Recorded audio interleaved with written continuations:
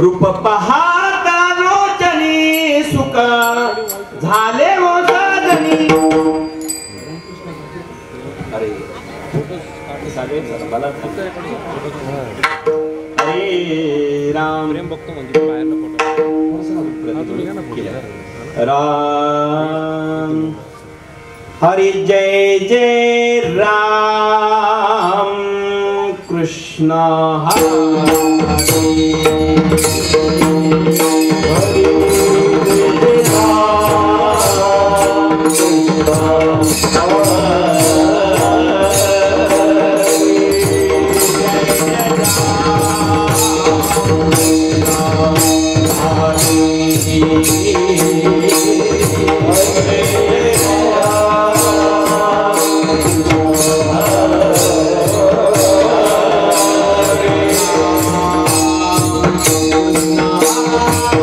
Yeah.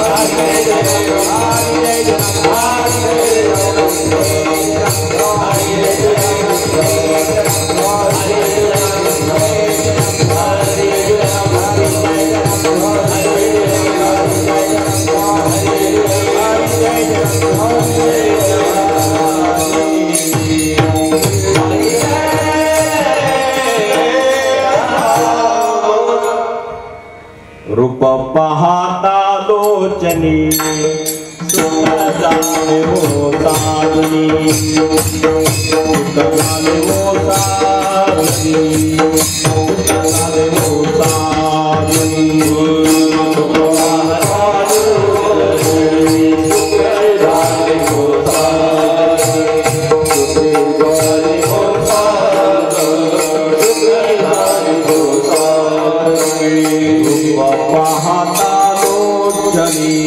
सुख जाने हो साधनी सुख जाने हो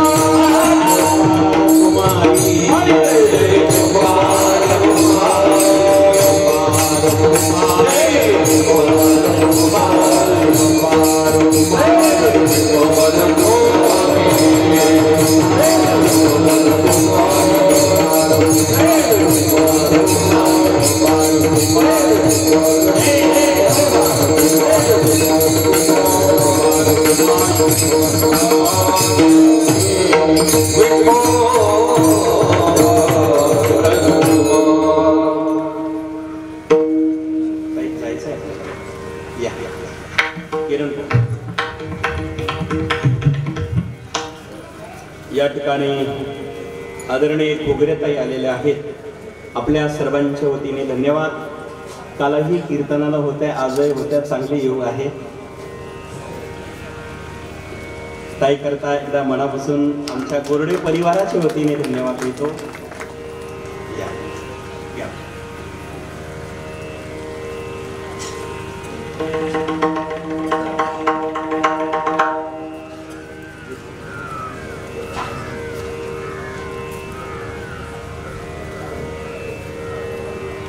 आदरणीय आडोके,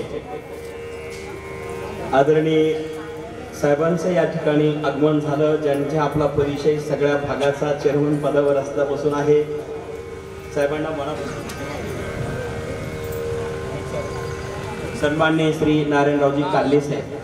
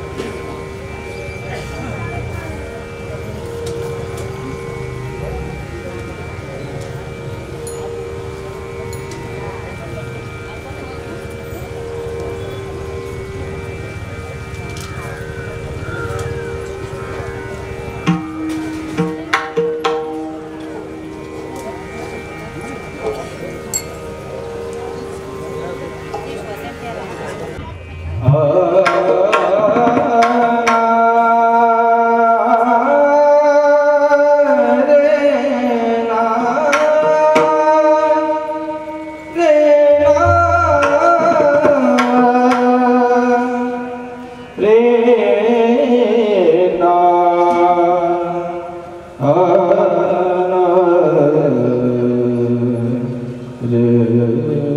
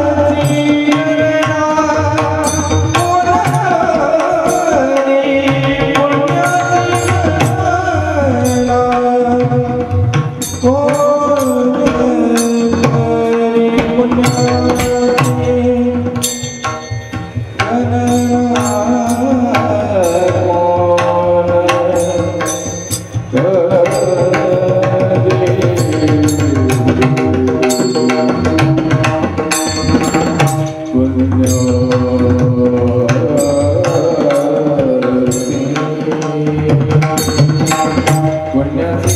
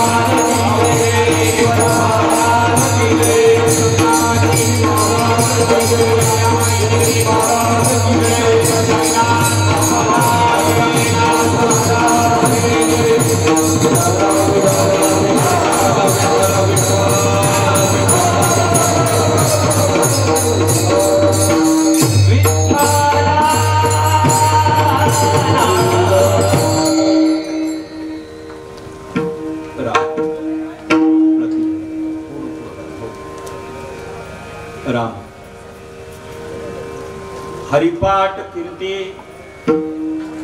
हरिपाठ कीर्ते मुखे धरी गाय पवित्राची होय देह त्याचा तपाचे सामर्थ्य तपिनीला अमुप चिरंजीवा कल्प वैकुंठी नांदे हरिमुखे म्हणा पुण्याची गणना कोण करी मातृ पितृ भ्राता सगुत्र अपार चतुर्भुज नर होऊनी ठेले हरिमुखे म्हणा पुण्याची गणना कोण करी ज्ञान गुण गम्य ज्ञानदेवाला दले निवृत्तीने दिदले माझे हाती हरिमुखे म्हणा पुण्याची गणना कोण करी पांडुरंगा करू प्रथम नमन दुसरे चरण संतांची ज्यांच्या कृपा दाने कथेचा विस्तारू बाबाजी सद्गुरु दास तुका ओम नमो ज्ञानेश्वरा करुण करा रे दयाळा तुमचा अनुग्रह लादलो पावन झालो चराचरे तपोज्ञान वैराग्य भक्ती स्वरूपम सदालंकृतम साधु संन्यासी योगम मुखे अस्य वेदांत शास्त्रार्थ नीतिं नमो नारायण गिरिं प्रब्रह्म स्वरूपम गोरक्षे जालिंदर चरपडाशी आडभंग काने पमचिंद्राद्या चौरंगी रेवानका भरतरी सौज्ञा भूम्यान भुवर्ण नवनाथ सिद्धा धन्य धन्य आडभंगनाथा तुमच्या चरणी ठेवितो माथा राम भरोसे राम बिनो राम भरोसे राम बिनो राम नाम विश्वास सुमिरन सुमंगल कुशल रे मागत तुलसी दास रे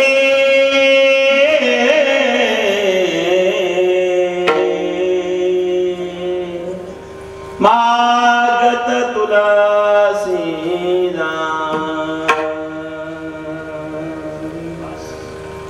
प्राप्त प्रसंगी कीर्तन रूपी सेवी करता निवडलेला अभंग ज्ञानियांचे राजे साधकांचे मायबाप संत श्रेष्ठ ज्ञानेश्वर महाराज यांच्या हरिपाठ ग्रंथातील महत्वाचा अभंग आपल्या पुढे कीर्तन रूपी सेवेकरता सादर केला। या अभंगाद्वारे माऊली ज्ञानोबराय सांगतात की हरीच्या नावाची कीर्ती जो मुखाने गातो त्याचा देह पवित्र होतो। मग हे तर ही साधना ज्याच्या जीवनामध्ये घडली की त्याला कल्पचे कल्प वैकुंठात राहायला मिळतं। हरिमुखाला एकदा आला की पुण्याची गणना अगणित होते, मोजता येत नाही। आणि म्हणून हरीची कीर्ती नावाची मुखाने प्रत्येकाने गावी गायली पाहिजे। परिणाम फायदा काय होतो, त्याचा मातृवंश, त्याचा पितृवंश, त्याचा भ्रातृवंश, नवे नवे सगोत्र सगळ्यांचं कल्याण होतं।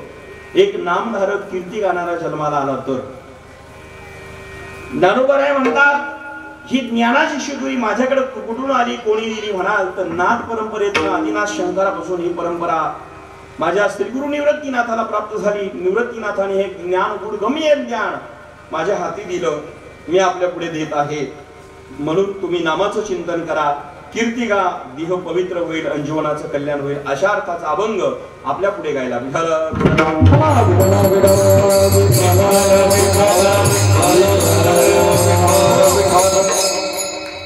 आज आपण ज्यांना आदरांजली अर्पण करण्याकरता इथे जमलेलो आहोत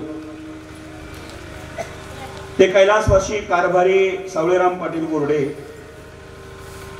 यांना आपल्यातनं जाऊन 1 वर्ष झालेलं आहे आणि त्यांच्या प्रथम वर्ष श्राद्ध निमित्ताने आपण सर्वजण इथे जमलेलो आहोत। आपले नम्रमध्ये श्री भागवत कारभारी पाटील गोरडे, श्री देवराम कारभारी पाटील गोरडे, श्री तुकाराम कारभारी पाटील गोरडे, श्री दत्तात्रय कारभारी पाटील गोरडे, सौभाग्यवती ताराबाई अरविंद पाटील घाडगे, श्री अविनाश भागवतराव गोरडे, श्री प्रवीण देवराम पाटील गोरडे आणि चिरंजीव प्रतीक राजेंद्र पाटील गोरडे आणि चिरंजीव सुभाष दत्तात्रय पाटील गोरडे, चिरंजीव शिवम दत्तात्रय पाटील गोरडे, चिरंजीव गौरव प्रणव अद्वैत पंतू असणारा हा सर्व परिवार कैलासवासी कारभारी सावळेराम पाटील गोरडे आपल्यातनं जाऊन त्यांना 1 वर्ष झालेला आहे आणि त्यांचा हा सर्व परिवार या ठिकाणी अत्यंत श्रद्धेने प्रेमाने हे श्राद्ध कर्म करण्याकरता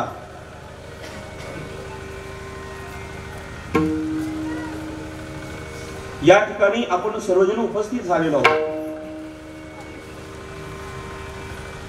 आणि म्हणून या कार्यक्रमाकरता उपस्थित राहिलेले ज्यांच्या मुखारविंदातनं आत्ताच चाल झाली ते आदरणीय हरिभक्तीपारायण रावसाहेब महाराज, हरिभक्तीपारायण सागर महाराज, किरण महाराज, हरिभक्तीपारायण बागुल महाराज, हरिभक्तीपारायण लखनगिरी महाराज, हरिभक्तीपारायण देवराम महाराज, इकडे गावटे महाराज, इकडे तरकासे महाराज, मग सर्व विनेकरी महाराज पासून तर सर्व भोजनी, सर्व विद्यार्थी वृंद आणि सर्व टाळकरी मंडळी सर्वांना बरोबर घेऊन जाण्याचं काम जे इथे करत आहे ते नाद ब्रह्म विद्यालयाचे प्रमुख संस्थापक मृदुंग सम्राट श्री संतोषजी महाराज क्षेत्रे सर, आपल्याला धन्यवाद आणि आपल्या विद्यार्थ्यांना धन्यवाद। ते संतोष महाराज दीक्षित काय ते काल क्षेत्रे दीक्षित एकत्र झाले ना कालच्या कीर्तनाला, दोघे एकत्र होते काल। तर दीक्षित महाराज आहे फक्त तुम्हालाच म्हटलं समजून, काल दोघं होते एकत्र, क्षेत्रे महाराज आणि दीक्षित महाराज। या ठिकाणी सुंदर असणारी सिस्टीम आहे ज्यांची दिलीप भाऊ तरकाशे महाराज अत्यंत गोड सिस्टीम देतात आणि सुंदर आवाज आहे। नाही तर मग बास वाढा आणि टर्बर कमी कारण वाढवा याच्यातच कीर्तन संपून जातं, तरी सुरेख देत नाही. आपल्या गावचे आपल्या परिसरातले भाऊ आपल्याला धन्यवाद. सुंदर सिस्टीम, सुंदर मंडप आहे, वॉटरप्रूफ मंडप केलेला आहे. या ठिकाणी चित्रीकरण करणारे आमचे किरण भाऊ बाबळे साहेब पत्रकार, त्यांनाही मनापासून धन्यवाद देतो. ते त्यांच्या चॅनलला आजचं कीर्तन लावणार आहे, आपण सर्वांना दाखवणार. ज्यांच्या माध्यमातून ही तारीख घेण्यात आली ते आदरणीय खऱ्या अर्थाने गोरडे पाटलांचे नातू श्री बाळासाहेब सालपुरे पाटील, त्यांच्या माध्यमातून मला आग्रह करून इथे घेऊन आले, त्यांनाही धन्यवाद देतो. आता जेजूरकर बापू आपण समोर बसलेले आहात, आपल्याला धन्यवाद. चोळके दादा आपण सर्वजण आहात, भाऊ आपणही इथे आहात, सगळे गावकरी मंडळी, ज्येष्ठ श्रेष्ठ, गावातील पाहुणी मंडळी, इष्ट मित्र सखे सोयरे आपण सर्वजण आहात. गोरडे परिवारातील पाहुणे रावळे या ठिकाणी उपस्थित झालेले सर्वजण, आपल्या सर्वांना मी धन्यवाद देतो. आणि या ठिकाणी माझ्या कीर्तनाला प्रारंभ करतो, कारण या कीर्तनासाठी सर्व महाराज मंडळी आहेत, त्यांना पुनश्च धन्यवाद देऊन विचाराला प्रारंभ करतो.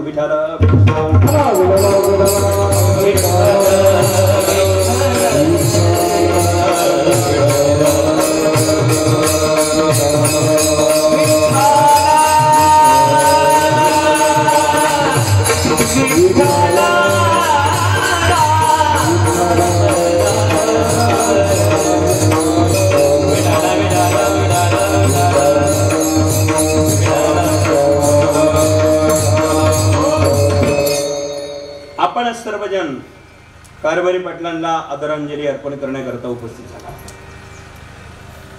माय बापांनो, जन्माला आलेला व्यक्ती एक दिवस जावाच लागणार आहे प्रत्येकाला. तुम्ही आम्ही सर्वजण आहोत, प्रत्येक जण इथे आलेला आहे, एक दिवस निश्चित जाणार आहे.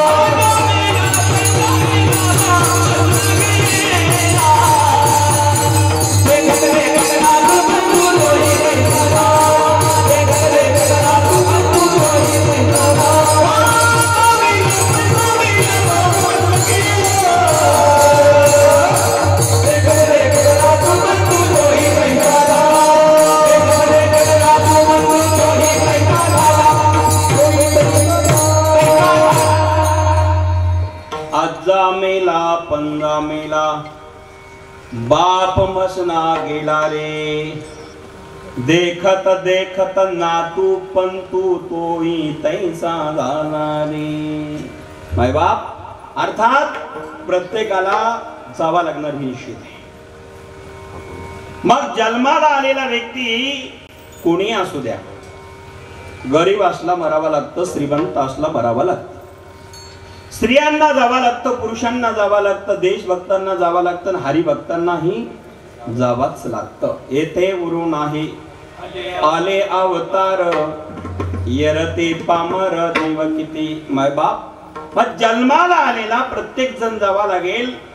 मग प्रत्येक जण जाणार आहे, तर आलो कशा करता याचा विचार करायचा आहे. सालपुरे पाटील, जावाच जर सर्वांना लागणार असेल तर कशा करता इथे आलो याचा विचार केला पाहिजे. बरं, आलो कुठून याचा विचार करावा, कुठं जायचंय याचा विचार करावा. कुठून आलो हे जरी नाही कळालं तर निदान आपल्याला कुठं जायचं हे कळावं, आणि कुठं जायचं हे नाही कळालं तर कुठून आलं हे कसं कळणार आहे. काहींना कुठून आले हेही कळत नाही, कुठं जायचं हेही कळत नाही, निदान आपण आता कुठं आहोत एवढं कळलं तरी बरं होईल.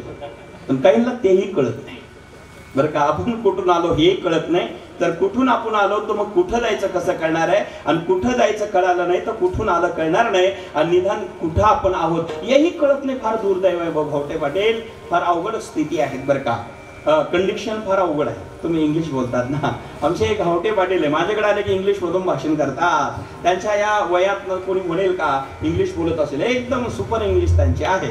अगदी माझ्या संस्थांमध्ये बरेच युट्यूबला अडवणा चॅनलला त्यांची इंग्लिशमध्ये भाषण आहे. माझ्याकडे बाहेरच्या देशातले लोक आले की यांचंच लावून देतो मी, कारण मला चांगली इंग्लिश येत नाही म्हणून त्यांचं लावतो. धन्यवाद, कळलं का पहा बरं का. काय सांगत होतो घावटे पाटील ऐका. कंडिशन फार अवघड झालेली आहे, बिकट स्थिती अवघड झालेली आहे, परिस्थिती अवघड झालेली आहे. होतं काय मायबाप, एक विचार करा बरं का दिलीप. आपल्याला आपण कुठून आलो हे कळलं नाही, तर आमचे संत सांगतात आम्ही वैकुंठ 5-7 मिनिटातून एक प्रमाण, 5-7 मिनिटातून एवढं म्हटल्यावर मग कीर्तन नाही म्हणा, 5-7 मिनिटातून म्हणा, मग डबल म्हणा. आम्ही वैकुंठवासी, कारण तुम्ही जे म्हणणार आहे ते माझ्या पाठ आहे, पण 5-6 मिनिटातून एक म्हणा म्हणजे मग आनंद घेऊ नये तर कीर्तन ते पडेल. विठाल विठाल आम्ही वैकुंठवासी आलो याची करणासी, बोलिले जे ऋषी साच बाबे वर्तया, जाडू संताचे मार्ग आडराणी भरले जग उचिष्टा तो वाघ संत. बरं मायबाप, या ठिकाणी संत सांगताना आम्ही वैकुंठात आलो. तर महाराज आलात ना तुम्ही, वैकुंठात आलात ना, मग राहा ना आता इथे. ते म्हणले आलो तो राहिला, पण इथले लोक फार डेंजर आहे म्हटलं, डेंजर आहे. कोणी कोणाशी चांगलं बोलत नाही, कोणी कोणाचा चांगला विचार करत नाही, कोणी कोणाकडे चांगल्या भावनेने पाहत नाही, आणि कोणाची प्रगती कोणाला म्हणजे कळून तुम्हाला सोसत नाही, कोणाला बरं दिसत नाही. आपलेच माणसं आपले पाय वडल्याशिवाय राहत नाही. महाराष्ट्रातले लोक फार हुशारी पण खेळकड्याच्या जातीचे आहेत. आपलेच माणसं खाली ओढीत चालतात, वर नाही ओढत, वन देऊन घालत नाही. म्हणजे माफ करा बरं का, आपल्या जिल्ह्यातले नाही सांगत मी, आपला तालुका जिल्हा 1 नंबर चांगला आहे. आणि आस्त गाव तर त्यात आस्त काय, इथं आस्था चेव आस्त गावच्या बरं का किरण भाऊ, इथं काही कमी नाही आहे. पण कल्पना करा मायबापांनो, माणसं फार फार फार अवघड आहे. आपले माणसं मोठे होऊ देत नाही, आपले माणसं मोठे झालेले बरं वाटत नाही, आपल्या माणसाची प्रगती पाहायला जात नाही. आपलेच माणसं आपली खच्चीकरण केल्याशिवाय राहत नाही. आपलं खच्चीकरण करणारे बाहेरचे येत नसतात, परके येत नसतात, आपलेच आपल्याला दाबल्याशिवाय राहत नसतात. हा माणसाचा स्वभाव आहे. मग महाराज राहणार नाही म्हटले, इथे प्रदूषण फार वाढलेलं आहे. कशाचं प्रदूषण वाढलं, जर आम्ही प्रवास करत असेल तर गाडी चालवताना कीर्तन जरा लेट झालं, आमची लखनगिरी मूर्ती लहान आहे पण कीर्ती महान आहे, अशी गाडी चालवतात, 150च्या स्पीड पर्यंत गाडी घेऊन जातात. मी म्हटलं एखाद्या दिवशी आपल्याला डायरेक्ट जावं लागेल. अरे बाबा, अर्धा तास कीर्तन लेट झाले काही बिघडणार नाही, बाकीचं अर्ध गेलं तरी चालेल, पण गाडीतून आपण गेलो तर अवघड होईल ना. म्हणजे काय होणार आहे, लई लेट झालं तर थोडे दक्षिणात पाकिटात छोट काट म्हणजे काटछेट करते, दुसरं काय होणार आहे. आणि गोरडे परिवारासारखे असले तर करणारच नाही, टेन्शन कशाला घेतो. तर गाडी चालवण्यास अवघड आहे महाराज. गाडी चालवताना संतोषबा फार अवघड आहे बरं का किरण भाऊ, कारण हा त्याच्या पुढे येतो, त्याच्या पुढे येतो, तो ओव्हरटेक करत चालत असतात. म्हणजे गाड्याचं प्रदूषण वाढत चाललेलं आहे. पुन्हा मुंबई ठिकाणी जर आपण पाहिलं तर ट्रॉफिक मध्ये अडकल्यानंतर किती अवघड स्थिती आहे. माझ्याकडे शनिवारी मुंबईवरनं म्हणजे इन्कम टॅक्सचे कमिशनर मला भेटायला आले होते. त्यांची कन्या अमेरिकेत आहे, ते आले सर्व परिवार. आणि त्याच वेळेस श्रीरामपूरचे MIDCचे आदरणीय बाबासाहेब मोहनराव पाटील काळे MIDCचे अध्यक्ष आले. ते म्हणाले महाराज आम्ही एवढा अडकलो तिथे, मुंबई पासून तर शहापूर पर्यंत विचारूच नका, समृद्धी लागली तेव्हा बरं झालं म्हणाले. या परिणाम असा आहे, मला म्हणायचं काय, ट्रॉफिक आहे, प्रदूषण आहे, परिस्थिती अवघड झालेली आहे, तरी पण प्रत्येक जण ओव्हरटेक करून पुढे जायचा प्रयत्न करतो. म्हणजे विचाराचं प्रदूषण वाढलं, गाडीचं प्रदूषण वाढलं, विचाराचं तर अति वाढलेलं आहे. काय झालं, माणसं फार सुधारले, माणसं फार शिकले, पण विचारांनी मात्र पुढे गेले असं काही म्हणता येत नाही. पूर्वीच्या काळी माणसं आई वडील यांना जीव लावत होते, आपल्या घरीच ठेवत होते. आता बरीच माणसं चांगले शिकले, परंतु आई वडिलाला मात्र वृद्धाश्रमात टाकतात. गोरडे परिवार अपवाद आहे. हे 5 पांडव ज्यांनी एवढं श्रद्धा कर्म चांगलं ठेवलं असे लाखात एखादं सापडतात. एवढा चांगला कार्यक्रम, नाहीतर बरीच ठिकाणी अवघड परिस्थिती झालेली आहे. शिकलेले माणसं म्हणले की वेळच नाही, पती ड्युटी करतो, पत्नी ड्युटी करते, आणि मग त्यांना मुलाला वेळ नाही, त्यांना आईवडिलाकडे वेळ नसेल, तर परिस्थिती फार बिकट होत चालते महाराज. विचार काही मुलं आपण पाहिले तर ते कोणतं घर आहे, पाळणं घर. पाळणा घरच म्हणतात त्याला. लहान मुलं नेऊन ठेवायची, सांभाळायला द्यायची, पाळणा घर आहे तिथे टाकतात. आई वडील कामाला असेल, पाळणा घरात मुलगा ठेवला असेल तर खरं सांगा, त्याला जर भूक लागली, त्याला तहान लागली तर त्या पाळणा घरातली बाई काय करते, त्याला दुधाची, बोला ना जरा, दुधाची बाटली देते. बॉटल दुधाची दिली कारण आई नसते, मग पाळायला दूध कोण नसतं तर ती बाटलीनं दूध पाजते. त्याला आधी उपजाताच लहानपणीच बाटलीची सवय लागली तर जीवनभर बाटली सोडीतच नसतं, ध्यानात ठेवा. कारण हे संस्कार होत असतात कळत न कळत.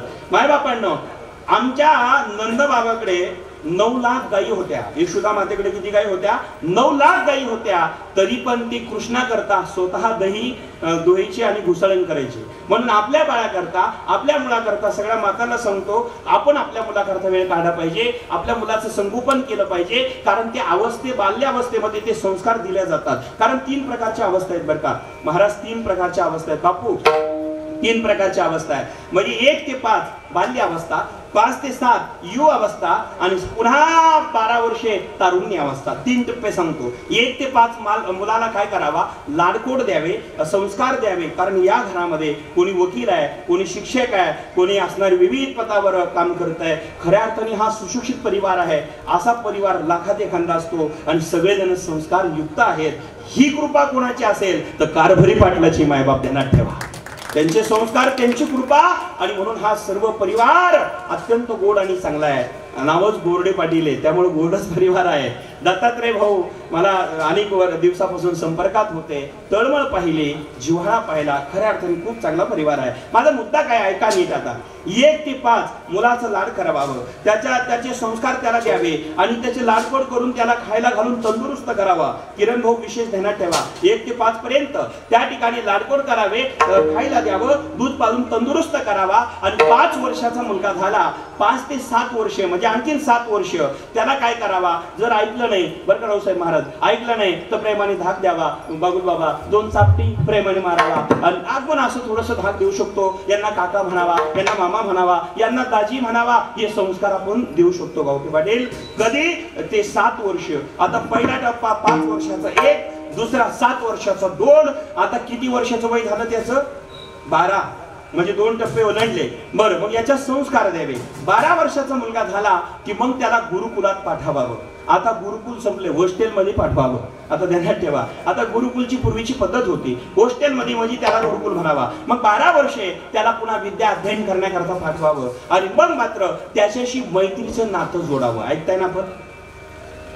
12 पर्यंत धाक देऊ शकतात. 12 नंतर 13व्या वर्षात मुलामुलीने पदार्पण केलं तर वडिलांनी मुलाला मित्राप्रमाणे सांभाळावं, आईने मुलीला मैत्रिणीप्रमाणे सांभाळावं. चुकलं जरी तरी चालेल, मैत्रिणीला सांगू शकते, मुलगी आईला सांगू शकत नाही. मुलगा मित्राला सांगू शकतो, मुलगा बापाला सांगू शकत नाही. मग पुढचं नातं मैत्रीचं असेल. मुलाच्या जीवनात जरी चुकला असेल, चुकत असेल तरी तो मुलगा आपल्या वडिलाशी, आईशी, मुलगी मुलगा खरं बोलू शकतो. मैत्रीचं नातं असावं. कधीपर्यंत? आता हा 3रा टप्पा 24 वर्षाच्या वयपर्यंत.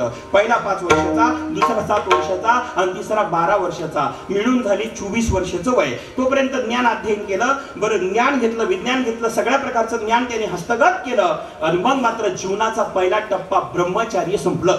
आता ही अवस्था असती ब्रह्मचारी. मग मात्र 24 वर्षानंतर त्याला परिपूर्ण ज्ञान येतं, तो एज्युकेटेड होतो, तो ग्रॅज्युएट होतो, सगळ्या गोष्टींनी तो परिपूर्ण होतो. मग त्याला ब्रह्मचर्याचं ज्ञान असतं, ग्रस्ताश्रमाचं ज्ञान असतं, वानप्रस्थाचं ज्ञान असतं, संन्यास आश्रमाचं ज्ञान असतं. मग त्यांनी निर्णय घ्यायचा, मी ब्रह्मचारी राहायचं की मी ग्रस्ताश्रम स्वीकारायचा, की मी वानप्रस्थ स्वीकारायचा, की मी संन्यास घ्यायचा.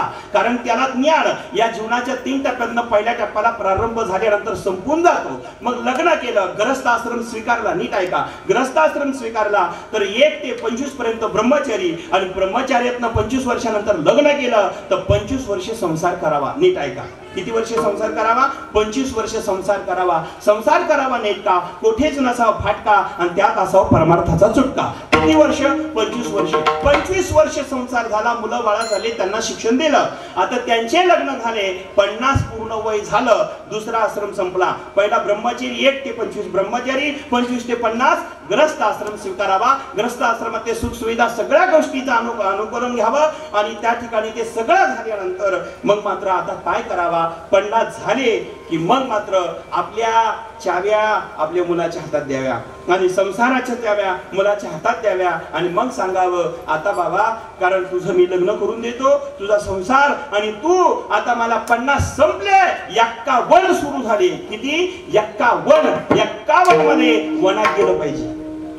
कारण ते वय सांगतं महाराज.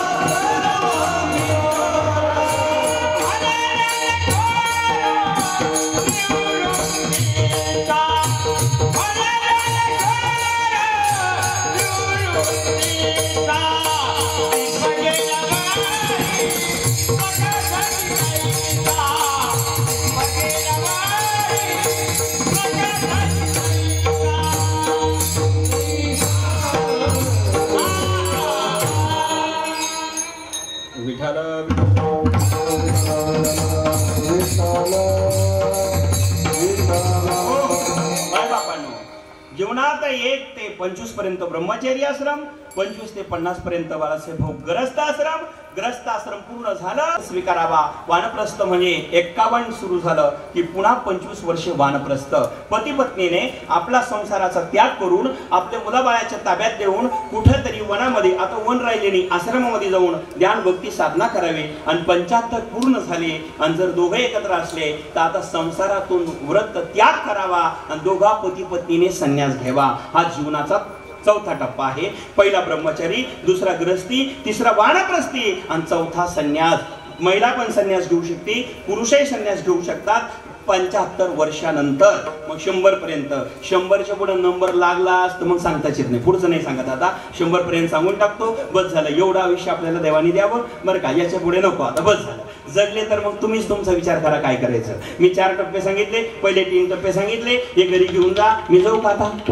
कीर्तन झाल्यावर बापू तेव्हा कल्पना करा माय बाप. आता हे 3 टप्पे, पहिले दुसरे 4 टप्पे हे झाले महाराज. हे सगळं करत असताना माय बापांनो, जीवन हे दुर्लभ आहे, अमूल्य किमतीचं आहे. याची किंमत आजपर्यंत कोणाला करता आली नाही, करता येणं शक्य नाही आणि करणारा जन्माला येणार नाही. नीट ऐकताय का आपण? याची किंमत काय करता येईल महाराज? 1 सांस में जात है त्रिभुवन का मोल. सांगा, कबीराचं वाक्य आहे, 1 सांस में जात है त्रिभुवन का मोल. त्रिभुवनाची किंमत जरी दिली तर 1 श्वास परत येणार नाही. बोला ना जरा, येणार नाही. मग 1 श्वास जर परत येणार नसेल तर आपल्याला इतके श्वास देवाने फ्री दिलेले आहेत, इतके श्वास आपण घेतो आहोत. आणि ऑक्सिजनचं काय महत्व आहे आपल्याला आता जरी कळालं नसेल तर कोरोनात चांगलं कळालं. ध्यानात ठेवा, कोरोनामध्ये सर्वांना स्थिती कळालेली आहे.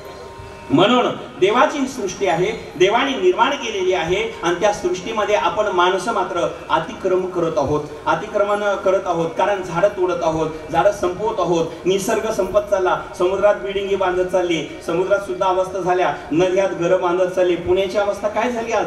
पुण्यात काय लय पूर आला. इंद्रायणीतच घरं गेले हो, ते जिथे म्हणजे वडेच राहिले नाही. पुण्यात एक वडं तुम्हाला दिसणार नाही. पूर्वीच्या काळी वडे असेल की नाही, नाली असतील की नाही, तिथे बिल्डिंगच आहे. परिस्थिती अवघड होत चालली.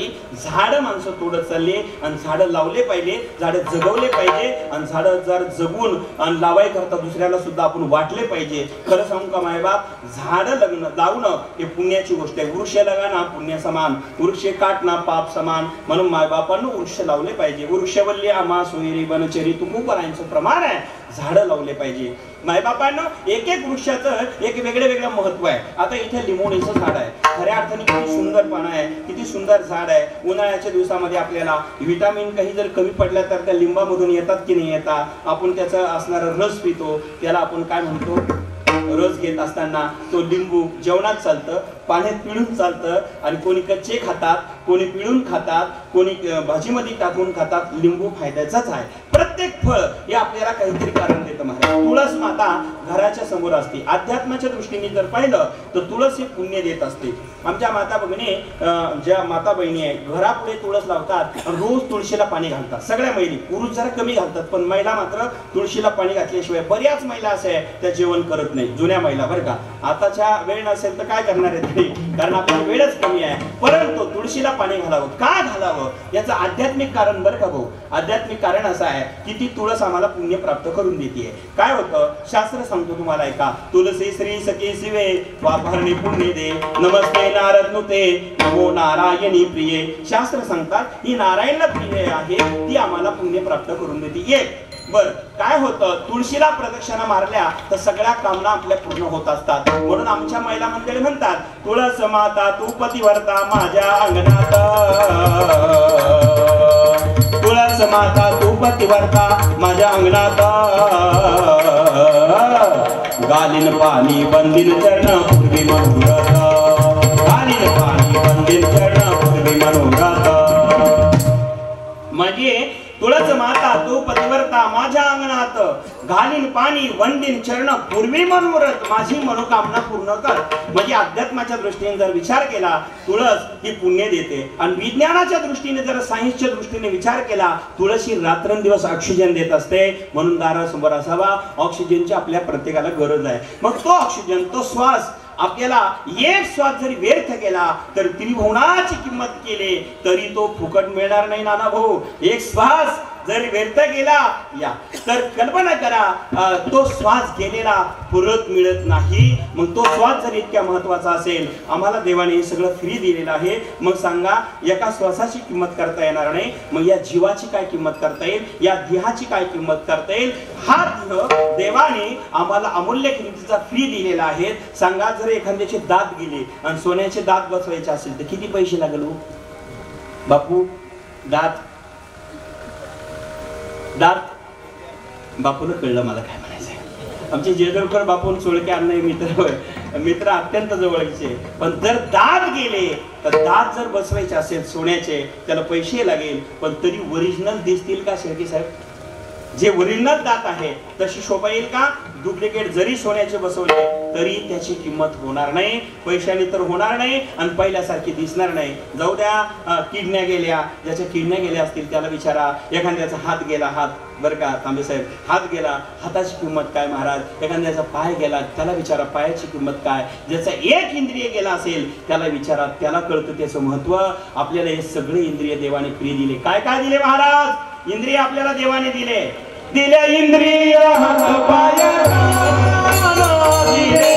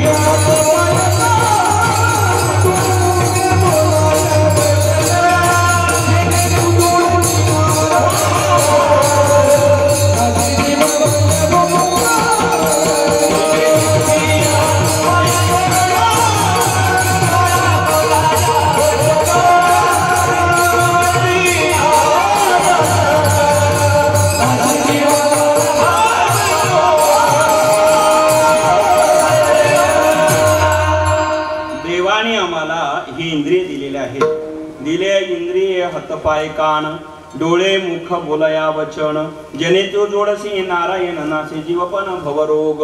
हे सगळे इंद्रिय देवाने आपल्याला फ्री दिलेले आहेत. एक इंद्रिय जर गेला तर किती मोठी विसंगती होत असते. माय बापांनो, त्याचे उपकार आपल्यावरती आहे आणि त्याची परतफेड करायची असेल तर आम्हाला मात्र 4 प्रकारचे ऋण आमच्यावरती आहेत. एक देव ऋण आहे, दुसरं पितृ ऋण आहे, तिसरं संत ऋण आहे. मायबापांना ऋणाचे प्रकार जर सांगत पाहिले तर पहिला आपल्याला देवाचं ऋण फेडावं लागतं. देव ऋण फेडायचं असेल तर त्याचं भजन भक्ती करा मायबापांनो, तेव्हा ते फेडेल. पितरांचं ऋण फेडायचं असेल, पितृ ऋण आपल्यावरती आहे, हे श्राद्ध कर्म करा आणि श्राद्ध कर्म करून त्यांच्या नावाने जे सत्कर्म केलं त्यांच्या ऋणातून आपल्याला उत्तीर्ण होता येतं. काही माणसं म्हणतात काय फायदा होतो श्राद्ध करून, काय होते हे कर्म करून, काय परिणाम होणार आहे. मी सांगत नाही, संत सांगतात जर तुम्ही त्यांच्या नावाने हे केलं तर ते जरी इथं नसेल आणि ती वरती वैकुंठात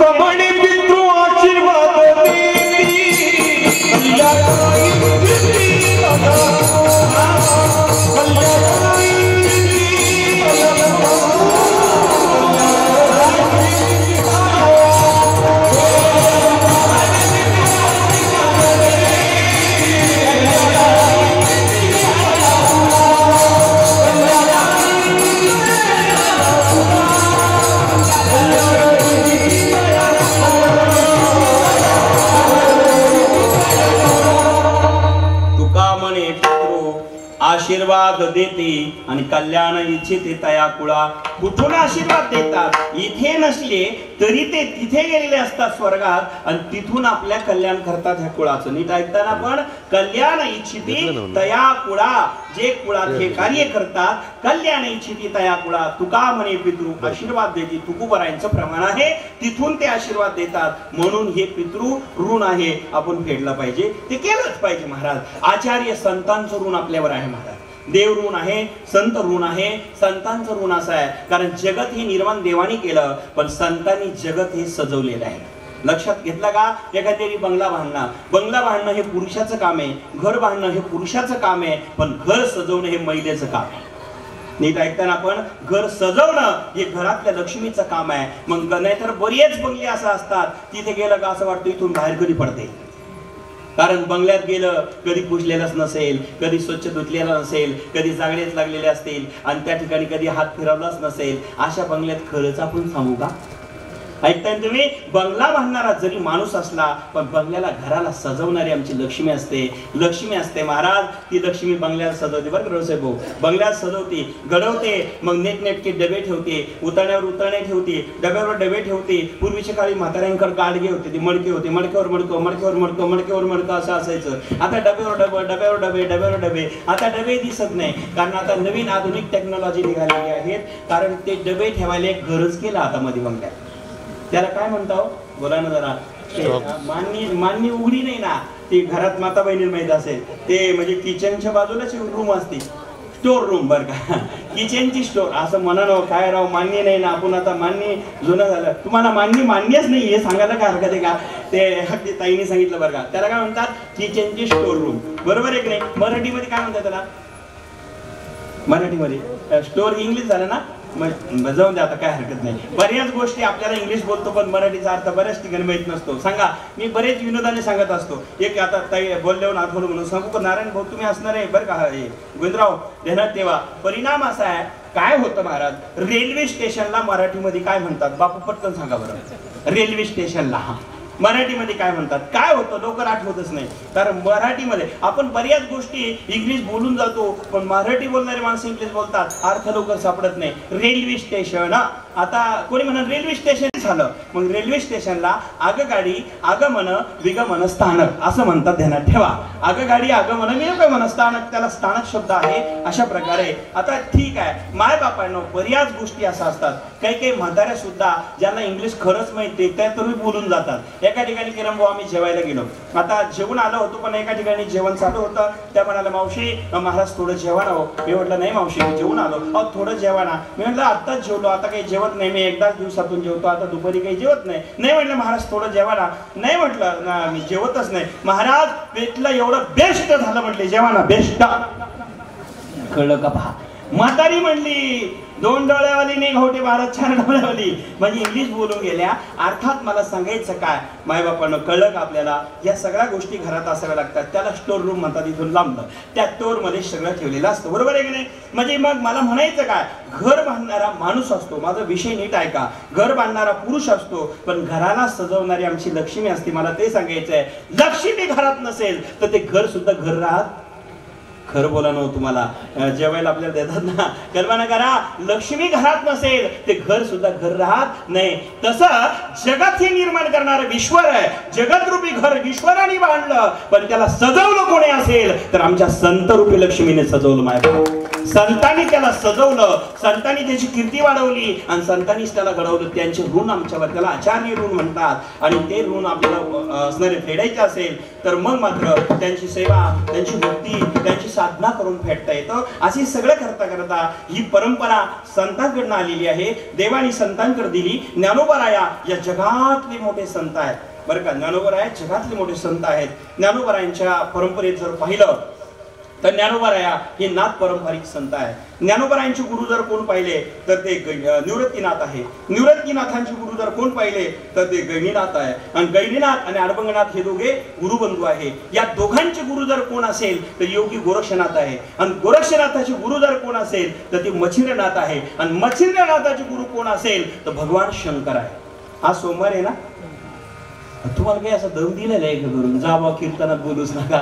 आज सोमवार आहे ना, सोमवार हा महादेवाचा आहे ना पाटील, कल्पना करा. मग सोमवार आज आहे कारण सर्वात ज्ञान तिथून सुरुवात झाली. ज्या ज्ञानाची ते ज्ञान देवता कोणती असेल तर देवांचा देव महादेव आहे.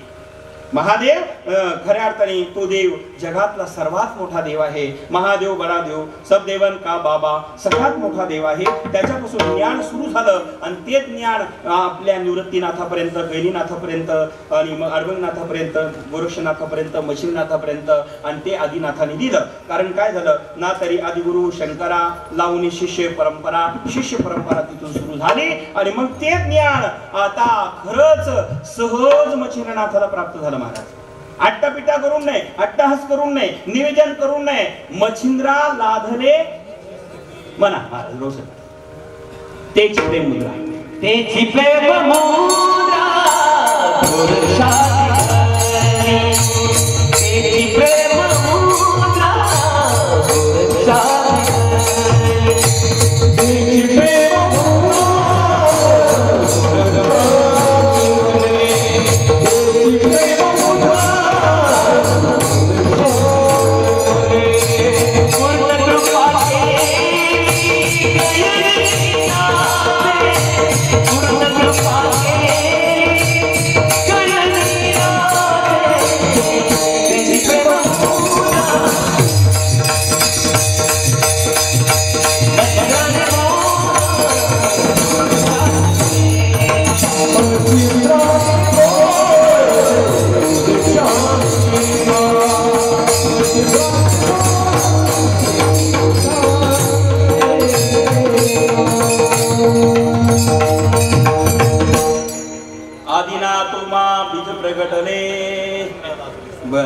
मच्छिंद्रा लादले सहज स्थिती. आदिनाथ उमा, आदिनाथ म्हणजे शंकर, उमा म्हणजे पार्वती. आदिनाथ उमा बीज प्रगटले, मच्छिंद्रा लादले सहज स्थिती. मच्छिंद्रा लादले सहज स्थिती. हरकत नाही, 2 अभंग एकत्र गेले, 2 पक्षी एकत्रच यायला पाहिजे, माझं काही म्हणणं नाही. खालच्याला काहीच कळलं नाही, टेन्शन घेऊ नका, मी काही म्हणणार नाही. 2 पक्षी एकत्र आले की काम चांगलं होत असतं. आता 3 एकत्र, तुम्हाला अडचण काय, हरकत नाही. खालच्याला काहीच कळलं नाही, कळलं होतं तुम्हाला बोलला बापू, तुम्हाला कळलं नाही तर सामान्याला काय कळणार आहे. जाऊ द्या, हरकत नाही बरं का, हरकत, टेन्शन घ्यायचं नाही. तेची प्रेम मुद्रा गोरक्षाने दिली, पूर्ण कृपा केली गैनीनाथा. हा अभंग वेगळा आहे आणि गोरक्षवळाला हा अभंग वेगळा आहे. ठीक आहे, पण दोन्हीचा अर्थ जर पाहिला तर सहज लादले. बरं, सहज लादले बरं का. मच्छिंद्रनाथ महाराजांना ते ज्ञान सहज मिळालं, सहज कळालं, कळालेलं, मिळालेलं ते ज्ञान आपल्या शिष्याला मच्छिंद्रनाथांनी दिलं. लक्षात आलं तुम्हाला. आदिनाथ गुरु सकळ शिष्यांचा मच्छिंद्र तयाचा मुख्य शिष्य. या जगात अनेक शिष्य होते, मच्छिंद्रनाथ मात्र मुख्य शिष्य झाले. आणि मच्छिंद्रनाथांना जे ज्ञान मिळालं त्यांनी ते ज्ञान गोरक्षनाथाला दिलं, ते ज्ञान अडबंगनाथाला दिलं आणि त्या अडबंगनाथाची गादी नारायणगिरी बाबाने माझ्याकडे दिली. हे आपलं भाग्य आहे. ही नाथ परंपरा आहे. जर समजून घ्या इतिहास वारकरी संप्रदायाचा. ते ज्ञान गोरक्षनाथांनी अडबळनाथाला दिलं आणि गोरक्षनाथाचे 2 शिष्य आहेत, एक गैनीनाथाला दिलं. ते गैनीनाथाचं ज्ञान त्र्यंबकेश्वर क्षेत्रामध्ये गैनीनाथांनी निवृत्तीनाथाला दिलं. नाही काय का? त्र्यंबकेश्वर क्षेत्रामध्ये निवृत्तीनाथाला दिलं, गैनीनाथाला दिलं, गैनीनाथाचं निवृत्तीनाथाला दिलं आणि निवृत्तीनाथ महाराजांना जे नाथ परंपरेतलं मिळालेलं ज्ञान त्यांनी आपला प्रिय शिष्य ज्ञानेश्वर महाराज त्यांना हे ज्ञान दिलं. ज्ञानोबाराय म्हणाले आता मात्र ते ज्ञान, गुणगम्य ज्ञान, अत्यंत महत्वाचं ज्ञान मला माझ्या श्री गुरुनी दिलं. चौथं ज्ञानदेव गुण ज्ञान गुण गौण्य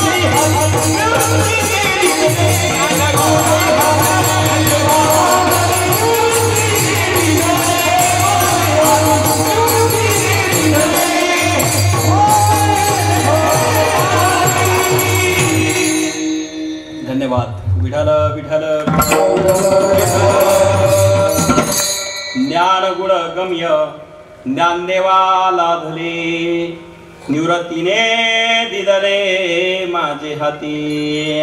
ज्ञानोबराय म्हणतात निवृत्तीने दिदले माझ्या हाती ज्ञान गुणगम्य. ते ज्ञान कोणतं आहे? गुणगम्य ज्ञान मला माझ्या श्री गुरुने दिलं. हे आलं कुठून? नाथ परंपरेतनं आलेलं ज्ञान. आदिनाथ शंकरापासून सुरू झालेलं ज्ञान. वारकरी संप्रदायाची खरी स्थापना नाथ परंपरेतनं झालेली आहे हे ध्यानात ठेवा. वारकरी संप्रदाय आणि नाथ परंपरा हे 2 नाही, ते एकच हे ध्यानात ठेवा. याला भागवत धर्म असं म्हणत होते. वैष्णव आणि शैव यातला 2 प्रकार आहे, पण 2 इथे एकच आहे. शैव शंकराची भक्ती करतात, वैष्णव विष्णूची भक्ती करतात. तुळशीची माळ घालतात त्याला शैव म्हणावा, वैष्णव म्हणावा. आणि रुद्राक्षाची माळ घालतात त्याला शैव म्हणावा. शैव हे रुद्राक्षाची माळ घालतात, शिवाची भक्ती करतात. वैष्णव ही तुळशीची माळ घालतात, विष्णूची पांडुरंगाची भक्ती करतात. बरं शैव जे आहेत ते मात्र आडवा भस्म लावतात आणि वैष्णव जे आहेत उभा गंध लावतात. दोघं जर पाहिले, उभा गंध म्हणजे त्रिशूळाचं प्रतीक आहे आणि आडवा भस्म म्हणजे रामाच्या बाणाचं प्रतीक आहे. ध्यानात ठेवा. आडवा भस्म लावणारे शिवाचे भक्त, बर उभा गंध लावणारे हे विष्णूचे भक्त आहे. मग शैव आणि वैष्णव हे दोघं जर पाहिले, दिसायला 2 असेल, असायला एकच असतात. जसा रुपया, काटा आणि छापा जसा एकच आहे पण त्याचा 1 रुपया नाणं तयार होतं, तसं विश्व एकच आहे पण तो अनेक रूपांनी नटलेला आहे. देव किती प्रकारे नटला? देव नटला नानपरी देव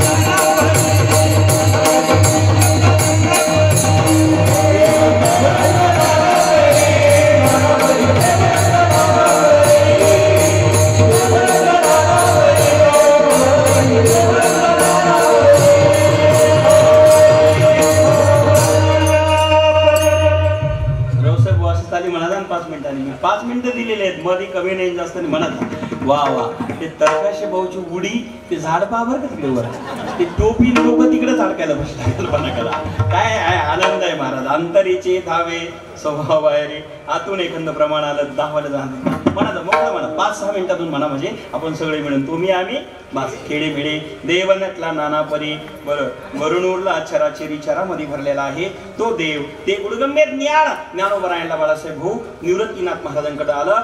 ज्ञानेश्वर महाराजांनी ते ज्ञान तुम्हाला दिलं. आणि ज्ञानोबराय म्हणतात, मी मात्र या जगातामध्ये सगळ्या प्रकारचं अध्ययन केलं, सर्व प्रकारचं ज्ञान मी घेतलं, सर्व प्रकारचा अनुभव घेतला, पण या जगामध्ये शेवटी एकच कळालं, नाम हेच तारण्याला कारणीभूत आहे. बरं का, कोण म्हणतं ज्ञान सांगतात नामच कारणीभूत आहे, नामाशिवाय तरू शकत नाही, आणि म्हणून नामाशिवाय तरता येणार नाही, नामाशिवाय उद्धार नाही, हे ज्ञानदेव म्हणतात, ज्ञानांचे राजे म्हणतात, साधकांचे मायबाप म्हणतात. ज्ञानोबराय सर्वांगाने परिपूर्ण आहे, पण ते म्हणतात नामाशिवाय आपल्याला तरता येणार नाही. भगवंताच्या चिंतनाशिवाय, नाम घेतल्याशिवाय, त्याची कीर्ती गायल्याशिवाय, आणि त्याची कीर्ती जर मुखाने गायली तर देह पवित्र झाल्याशिवाय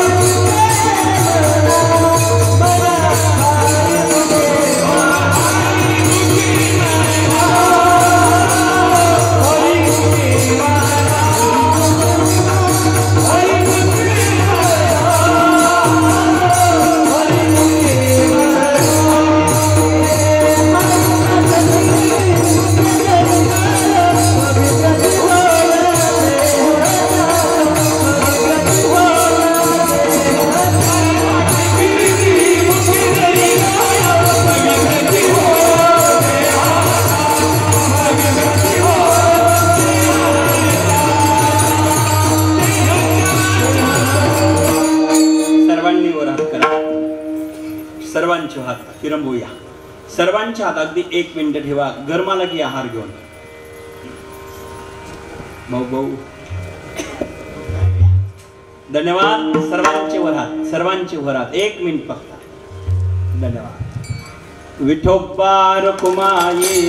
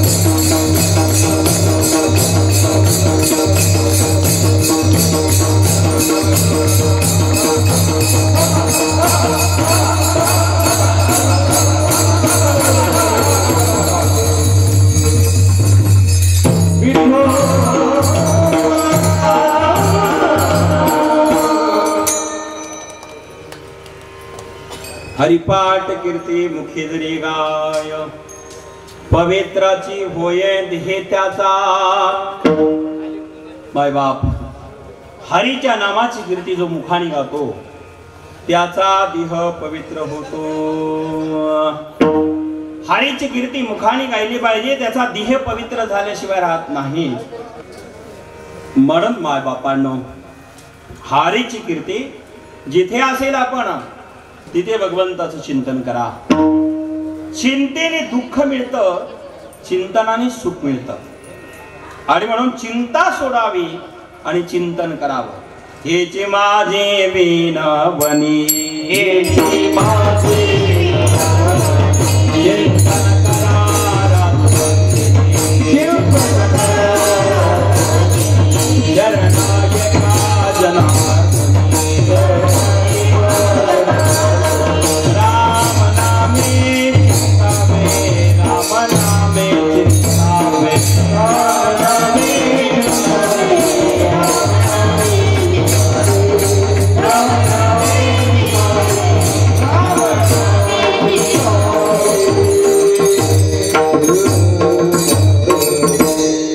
हेच माझे विनवणी, चिंतन करा रात्रंदिनी, शरण एका जनार्दनी, राम नामे चिंतावे. काय फायदा होईल महाराज चिंतनाने? भगवत संत चिंतने नासतसे चिंता, चिंतने सर्व कार्ये हाता, चिंतने मोक्षेचा युज्यता घर शोधितसे. मोक्ष सायुज्यता नावाची मुक्ती तुमच्या घरी येईल, अर्थात ईश्वराची प्राप्ती होईल चिंतन जर केलं म्हणून. आणि त्याने होईल काय? कीर्ती मुखाने त्यात भगवंताची गायली तर पवित्राची होई देह त्याचा. आणि म्हणून कोणी असू द्या, माणसाचा देह पवित्र होतो यात नवल नाही. वल्ल्या कोळ्यासारखा पापी या जगात दुसरा कोणी आहे का? रात्रदिवस मारामारीचा धंदा करत होता. एक माणूस मारला की एक खडा राजनात टाकायचा, असे 12 राजन भरले होते. एवढं पाप त्यांनी केलं होतं सांगा. पण संत नारद भेटले आणि नामस्मरण त्याच्याकडनं घडलं तर तो सुद्धा वाल्याचा वाल्मिक ऋषी झाला. पवित्राची होय देह त्याचा,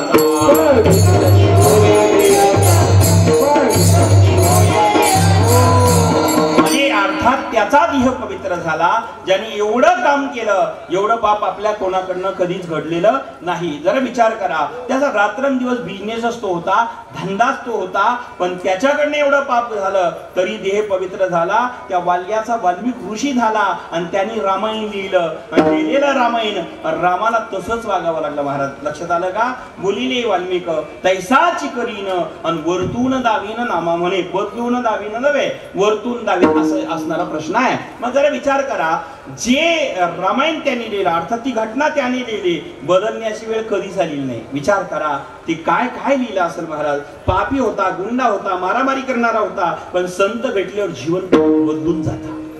ऐकतं का आपण? जीवनामध्ये संत भेटले ना, असे काही अनुभव आहे. आस्तगाव मध्ये गुरुवर्य नारायणगिरी बाबांचं दर्शन ज्याला झालं त्याचा कायापालट झाला. नारायणगिरी बाबा चालता चालता ज्याला रस्त्याने भेटले त्याच्या जीवनामध्ये परिवर्तनता येत होते. आपल्याला अशी कितीतरी अनुभव घेता येईल. सांगता येईल महाराज गुरुवर्य नारायणगिरी महाराज ज्याच्या जीवनात भेटले ना त्याचं जीवन कसं कसं बदललं, असे हजारो अनुभव आहेत. म्हणून मायबापांनो, संत आपल्याला भेटले जीवन बदलत असतं, जीवन पवित्र होत असतं आणि ते नामस्मरण आपल्याला शिकवत असतात. मायबापांनो, संत नारद मुनी वाल्याला भेटले, राम मंत्र दिला, त्याला राम म्हणता येत नव्हतो, तो मरा म्हणायचा. रात्रंदिवस जो धंदा केला तो राम कसा येणार आहे? मारायचा धंदा केला, मरा मरा म्हणायचा. नंतर म्हणले की मरा का म्हणा ना, मन राम नाही आलं चालेल, मरा मरा जरी म्हटला तर त्याचा उलटा 1 मिनिटाच्या आत म्हणजे 30 सेकंदाच्या आतच राम होतो. बघा, मरा मरा म्हणून बघा बरं, राम 30 सेकंदात तयार होतो. मरा मरा मरा मरा लगेच राम तयार होतो. कारण तो सुईचा मंत्र जपला नाही, उलटा म्हणला तरी पण त्याचं कल्याण झालं. उलटा जपे सुलटा हुआ, रघुपति पावे खेदा. राम नाम से जादर भाई, राम नाम से जादा, राम नाम से जादर भाई, राम नाम से जादा, राम नाम से जादर भाई, राम नाम से जादा, राम नाम से जादर भाई.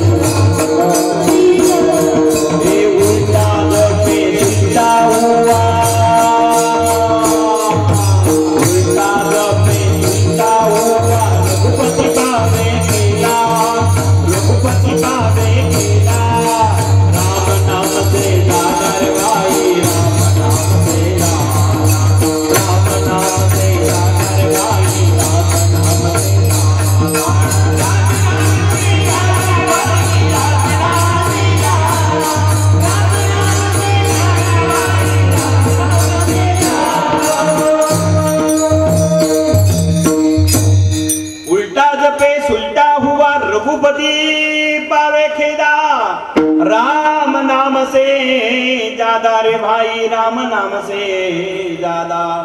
वाल्या था सो हुआ वाल्मीकि, बेटी भई नारदा।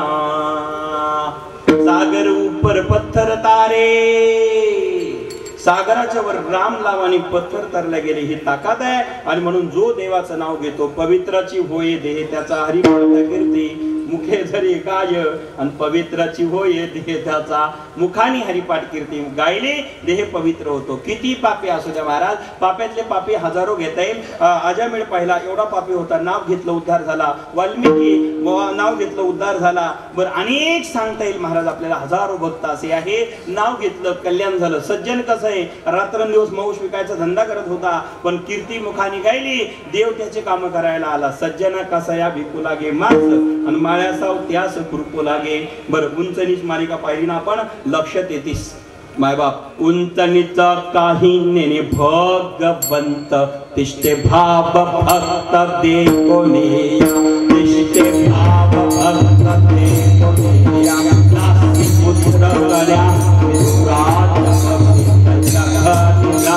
प्रल्हादासी, दैत्य करी जगती प्रल्हादासी।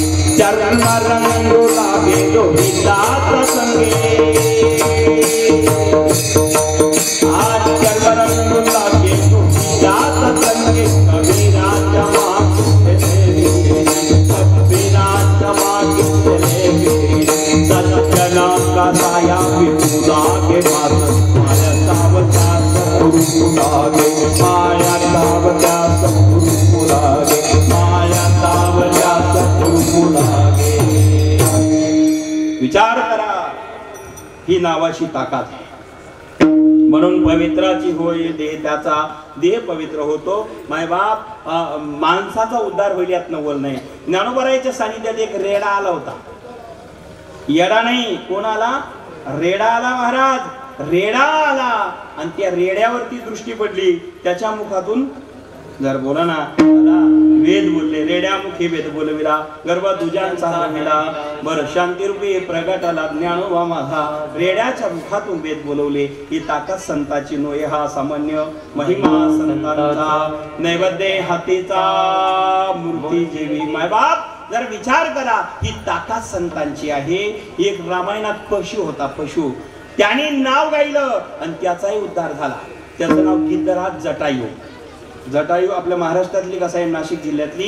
ज्यावेळेस सीतेचं हरण झालं आणि जटायू धावून गेला, आणि जटायू सीतेला वाचवण्याकरता गेला। कर्पण नावाचे शस्त्र काढलं रावणाने, त्याचे पंख छाटले आणि राम सीतेकरता मदत केली। रक्ताच्या थरवळ्यात पडलेला टाकेत नावाचं तीर्थ आपल्याच नगर जिल्ह्यामध्ये पलीकडच्या बाजूला अकोल्या तालुक्यामध्ये आजही जाऊन बघा, टाकेत नावाचं तीर्थ आहे, तिथं आजही पाणी आहे। ती घटना आपल्या जिल्ह्यात, आपल्या राज्यात, आपल्या परिसरात नाशिक आणि नगरच्या मध्ये घडली।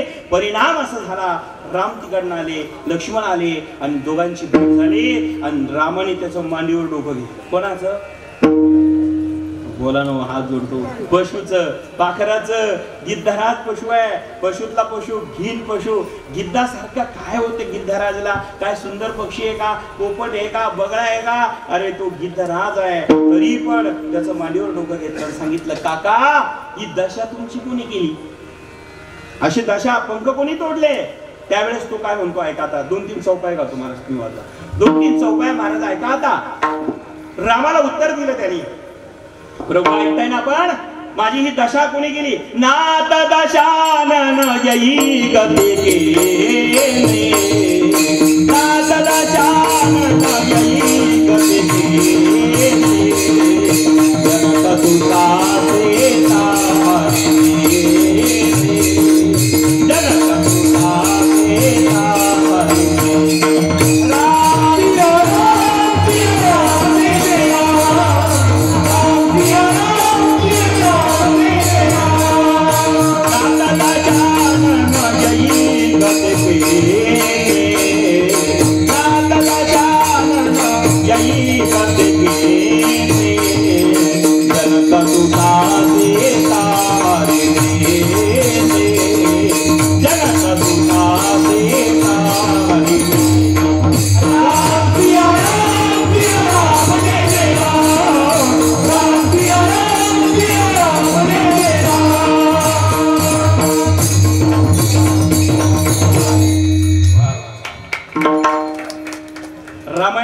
पै आहे.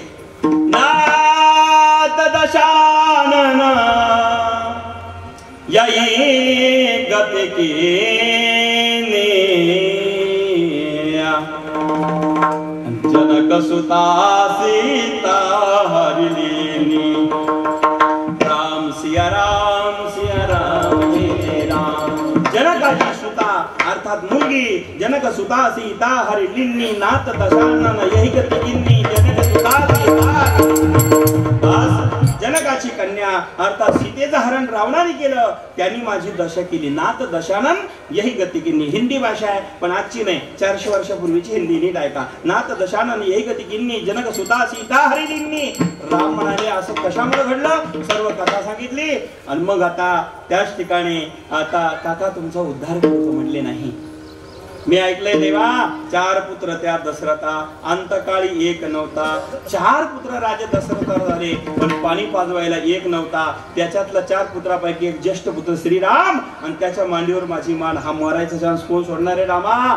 अरे देवाचं नाव मुखाला आलं. अंतकालेच मामेव स्मरणमुक्तवा कलेवरम हे प्रयाती स्मद्भवम याती नास्तत्र संशया. अंतकाळी नाव जरी मुखाला आलं तरी त्याचा उद्धार होतो. तो देवच माझ्या समोर आहे. आता मी मरायचा चान्स कसा सोडणार आहे देवा. मरणार. आणि मग मात्र त्यांनी रामाचं नाव घेतलं होतं. कोणी जटायूने. त्याचा देह काय झाला, रामाचा स्पर्श झाला, रामाची मानी मिळाली, रामाच्या डोक्यावर हात पडला, देह पवित्र झाला. पवित्रची होये देह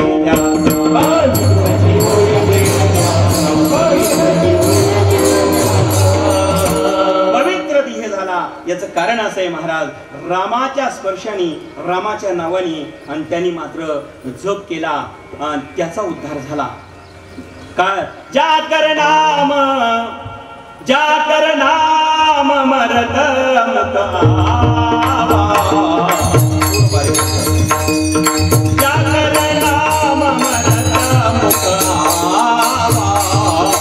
आदमई होई सोई गतिका. आदमई होई सोई गतिका. माझ्या बापांनो विचार करा. ज्या कर नाम मरत मुकावा आदमई होई सोही गती पावा. अधम असू द्या, अनपड असू द्या, जातीचा असू द्या, विविधातीचा असू द्या, धर्माचा असू द्या, विधर्माचा असू द्या, पण ज्याच्या मुखात नाव आलं त्याचा देह पवित्र होतो. पवित्रची होय देह त्याचा. हरिपाठ कीर्ती मुख्य जरी गाय पवित्रची होय देह त्याचा. मग ही साधना हे तर ज्याच्या जीवनात घडतं त्याला कल्पचे कल्प वैकुंठात राहायला मिळतं. दुसरं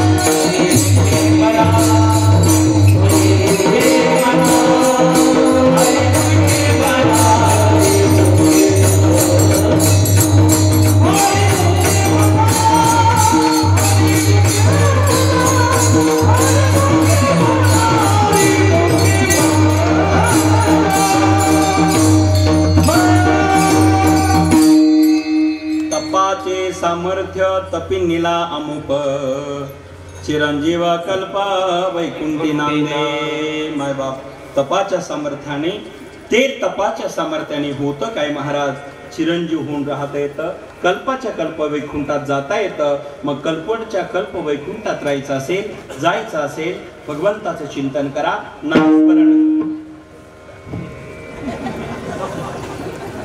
बात जमला आता. ते तुम्ही मदत केली आणि ते मी दणकून ठोकला. संतजी बस काय सांगत होतो की गेलो मी विसरून. मला असं झालं तसं होतं. आता खरंच काय चालू होतं,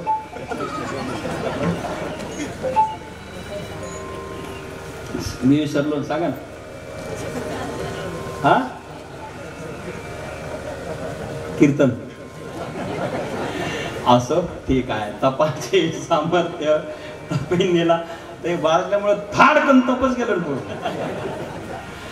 लहान लहान मुलाचं देवाघरचे फुलं धागे बस जमलं बरं का महाराज. ठीक आहे. काय सांगत होते बुवा, अरे बुवा काय चाललं. असो किरण, कल्पना करा, तपाच्या सामर्थ्याने चिरंजीव कल्पाच्या कल्प वैकुंठात राहता येतं. त्याचा परिणाम काय महाराज, नीट ऐका. वेळ संपला, मला 10:30 12:30 वेळ आमच्या गोरडे साहेबांनी दिली होते. 5 मिनिटं, माझ्याकडे 5-7 मिनिटं जास्त झाले. अगदी 5 मिनिटाच्या आत आता सेवा समर्पित करतो. भरभरून कीर्तन करायचंय मला.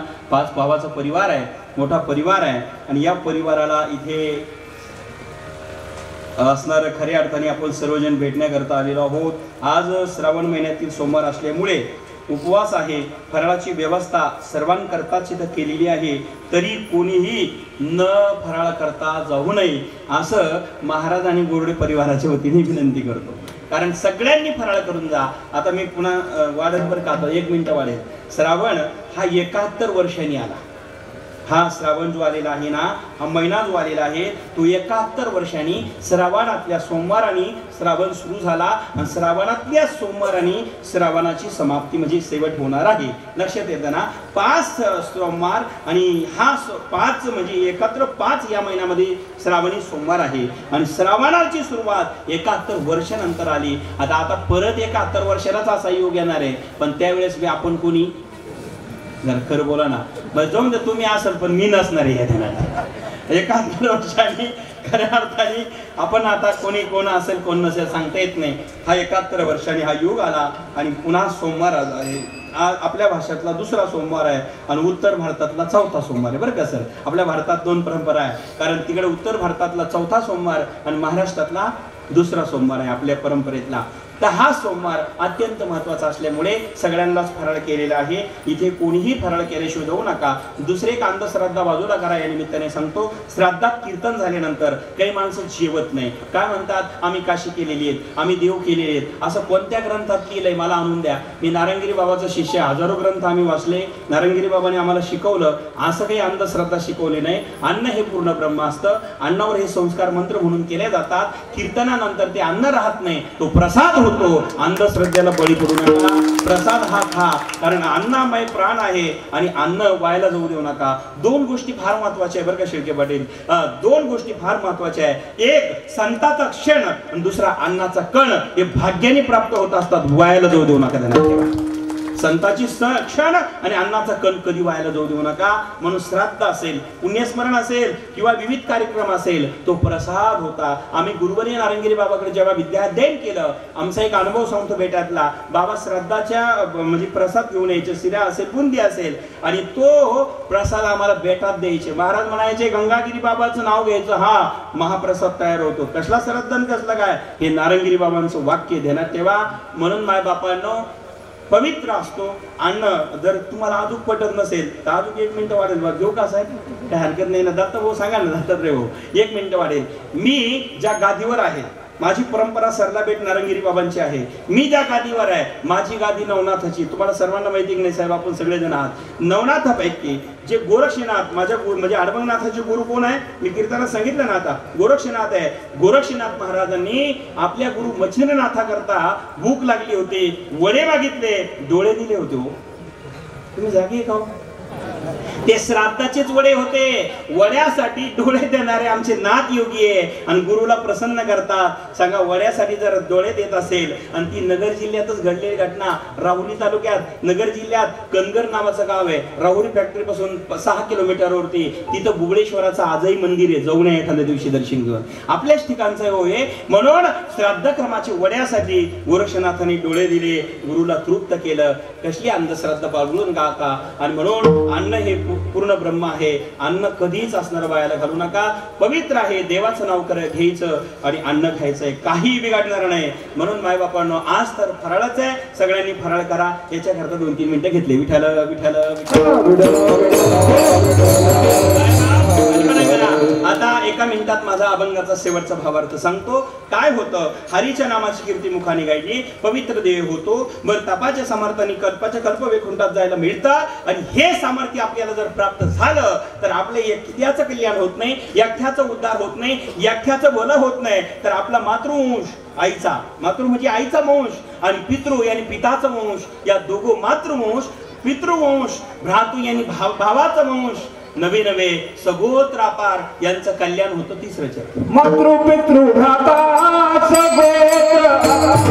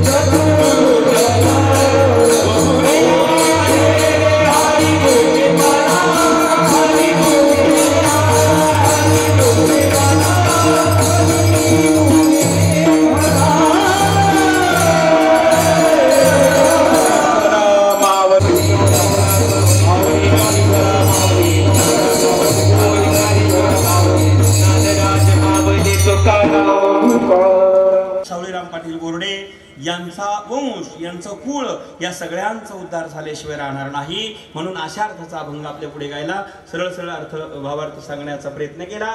मायबापांनो, आपल्या आईवडिलाची छाया जीवनातून जर गेली ना, खरं सांगू का, जगामध्ये सगळं मिळेल पण आई वडिलासारखं प्रेम करणारं जगात खरं पात्र दुसरे मिळणार नाही.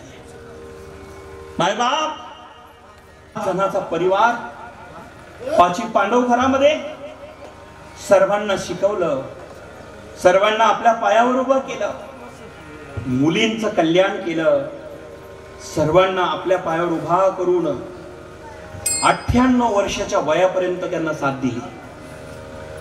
98 वर्षाचं वय झालं, आजपर्यंत घरामध्ये खंबीर होते. मायबाप वडील काय असतात, कधी परिस्थिती गरिबीची येईल, हलाखीची येईल, कधी काय होईल सांगता येत नाही. पण आपल्या परिवाराकरता खंबीर साथ देण्याकरता जे असतात ते वडील असतात. लोकांमध्ये दाखवत नाही, लोकांमध्ये दिसू देत नाही, दुःख कोणाला दाखवत नाही, एकटे कोपऱ्यात बसून रडतात, पण सगळ्या घराला सुख देण्याचा प्रयत्न करतात ते वडील असतात. बन्यान फाटली थिगळ लावून घालतील. दीपावलीचा सण आला, पैसे नसतील, व्याजाने पैसे घेऊन सण करतील, कदाचित सणाविना राहतील, पण आमच्या मुलाबाळा करता शिक्षणाला फी दिल्याशिवाय राहणार नाही. ते बाप असतात, ते वडील असतात, सगळ्या घराची काळजी करणारे वडील असतात. सुख असेल दुःख असेल रात्रंदिवस कबाड कष्ट करतात आणि आपल्या परिवारावर खरं प्रेम करतात ते वडील असतात. कधी कधी रागवतात वडील, कधी कधी खवळतात वडील. वडिलाची भाषा ही तीक्ष्ण असते, स्पष्ट असते, जरा ती तिखट असते, कडक असते. वडिलाच्या समोर गेल्यानंतर कदाचित कडक बोलतील, पण ते आपल्या हिताचंच बोलतील. ते आपले वडील असतात, ते आपले बाप असतात. ध्यानात ठेवा. कारभारी पाटील यांनी एवढ्या 7 जणांचा परिवार एवढा वाढवला, सुशिक्षित बनवला, आपल्या पायावरती उभा केला आणि आज खऱ्या अर्थाने त्यांचं जीवन धन्य झालेलं आहे. कारण मुलं, नातू आणि पंतू पण त्यांनी पाहिले. त्यांचं जीवन धन्य झालं, त्यांचा संसार सुफळ झाला. आणि आज एक भाऊ दुर्दैवाने गेलेले आहेत, परंतु 4 भाऊ मात्र आज आहे. त्या भावाची मुलं आज सगळे एकत्र या ठिकाणी आहे. एका विचाराने हा कार्यक्रम केला, एका विचाराने एकत्र आले, एका विचाराने आपल्याला एकत्र आणलं. या परिवाराकरता द्यावे तेवढे धन्यवाद थोडे आहेत. आणि म्हणून एवढा एक विचारी परिवार खऱ्या अर्थाने याचीच खऱ्या अर्थाने गरज आहे. नाहीतर सख्खे भाऊ ईदभर बांधावरनं पक्के वैरी होतात. मायबाप, त्यावेळेस असा प्रश्न निर्माण होतो, रामायण महाभारत आमच्याच देशात जन्माला आलं का? एका भावाकरता राज्य मिळावा म्हणून एका भावाने वनवास स्वीकारला आणि आपल्या भावाचं राज्य स्वीकारायचं नाही म्हणून ते राज्य मिळालेलं नंदीग्रामामध्ये दिला, पादुका घेऊन आधार केला. 14 वर्ष भाऊ धरणीवर झोपत होता, तो खड्ड्यात झोपला. भरत, रामायणाचा इतिहास ध्यानात ठेवा. मायबाप, भावाने भावासारखं कसं वागावं, भावाने भावासारखं जीवन कसं जगावं, तर हे भरत, शत्रुघ्न, राम, लक्ष्मण सारखं असावं. आज मात्र या परिवारातलं तसंच आहे. सगळेजण आपापल्या पद्धतीने काम करतात, समाजाची सेवा करतात आणि समाज सेवेकरता तत्पर असतात, दुसऱ्याकरता धावून जातात, दुसऱ्याला सहकार्य करतात. मला वाटतं वेगळा परमार्थ याच्यापेक्षा करायची गरज नाही. किसी के काम जो आए उसे इंसान कहते हैं. आणि ते इंसानीतपणा या परिवारामध्ये पाहायला मिळाला. वकील साहेब, तुम्हा सर्वांना मी धन्यवाद देतो मनापासून. कारण तुमचा हा परिवार, कोणी वकील आहे, कोणी शिक्षक आहे, कोणी शेती करताय, तर कोणी प्रत्येक जण आपापल्या परीने नोकरी, धंदा, व्यवसाय करताय. आणि हे जर केलं, प्रामाणिकपणा असेल, व्यवसाय असेल, धंदा असेल, उद्योग असेल, भगवंत फळ दिल्याशिवाय राहत नाही. व्यवसायानिमित्त फळ देतच आहे भगवंत. आणि ही कृपा खऱ्या अर्थाने कोणामुळे होत असेल तर आमच्या कारभारी पाटलामुळे होते. कारभारी पाटील आपल्यातून गेले, भगवान परमात्मा जे गती मिळाली असेल त्यांना त्या ठिकाणी चिर शांती देवो ही विश्वराच्या चरणी प्रार्थना करतो. या परिवाराला, उर्वरित परिवाराला उदंड आयुष्य लाभावं ही नारंगिरी बाबांच्या चरणी प्रार्थना करतो. जाता जाता पुन्हा सर्वांना श्रावण महिन्याच्या शुभेच्छा देतो. आणि एकच विनंती आहे, जीवन हे दुर्लभ आहे. आपली माणसं आपल्याला कामाला येत असतात नाना भाऊ, परके येत नसतात. आपले मित्र जपा, आपला परिवार जपा, आपले पाहुणे रावळे जपा, आपले सखे सोयरे जपा, ते सुख दुःखात कामाला येतील. परके कधीच आपल्याला कामाला येत नसतात. आपले माणसं सांभाळा, आपले माणसं जपा आणि जेही काम करायचे ते प्रेमाने, भक्तीने, श्रद्धेने करा. जर ते केलं तर फलद्रूप होत असतं. श्रद्धा ज्ञान देती है, नम्रता मान देती है. श्रद्धा ज्ञान देती है, नम्रता मान देती है, योग्यता स्थान देती है. ये तीनों अगर मिल जाए तो दुनिया सम्मान देती है. आम्हाला जे प्राप्त करायचं असेल, इथे आता मी ऐकलं IT क्षेत्रात कोणीतरी आहेत, IT मध्ये क्रांती केलेली आहेत. खऱ्या अर्थाने आता माझी वेळ संपली. जागतिक लेवलचे लोक जे मोठे झालेले, स्टीव्ह जॉब्स असेल, वॉरेन बफेट असेल, अनेक लोक ज्या ठिकाणी झाले, तर हे लोक आपल्या देशातून, आपल्या जगातून क्रांती, ज्ञान घेऊन गेले आणि ते तिकडे मोठे झाले. असो मायबापांनो, आपण ते कार्य श्रद्धेने, प्रेमाने जर केलं, आपल्याला सुद्धा यश मिळेल. आणि आता आपण विश्वराच्या चरणी एकच प्रार्थना करू, कैलासवासी कारभारी सावळीराम पाटील अर्थात दादांना सद्गती प्राप्त हो, चिर शांती प्राप्त हो ही ईश्वराच्या चरणी प्रार्थना करून माझ्या वाणीला विराम देतो. एवढ्या बहुसंख्येने आपण सर्वजण उपस्थित राहिला, सर्वांना धन्यवाद देतो. वाणीला विराम. विठ्ठल जय जय.